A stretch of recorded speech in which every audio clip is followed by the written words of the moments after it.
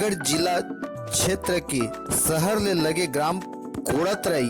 NH road के किनारे लगभग 100 मीटर के दूरी के आसपास खेत के मेड़ किनारे में एक अज्ञात व्यक्ति के सरहा गलहा लाश ला देखा गिस, जहां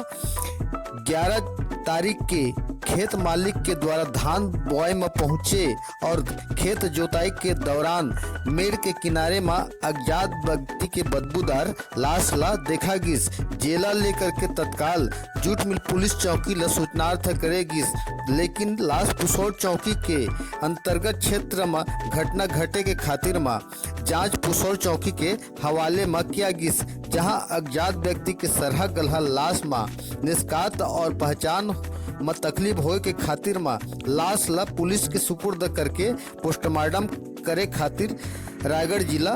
भेजा गिस। हमारे चैनल में लाइक करो, सब्सक्राइब करो, कमेंट करो। छत्तीसगढ़िया 24 घंटा ले केशव महंत, ब्यूरो प्रमुख, रायगढ़।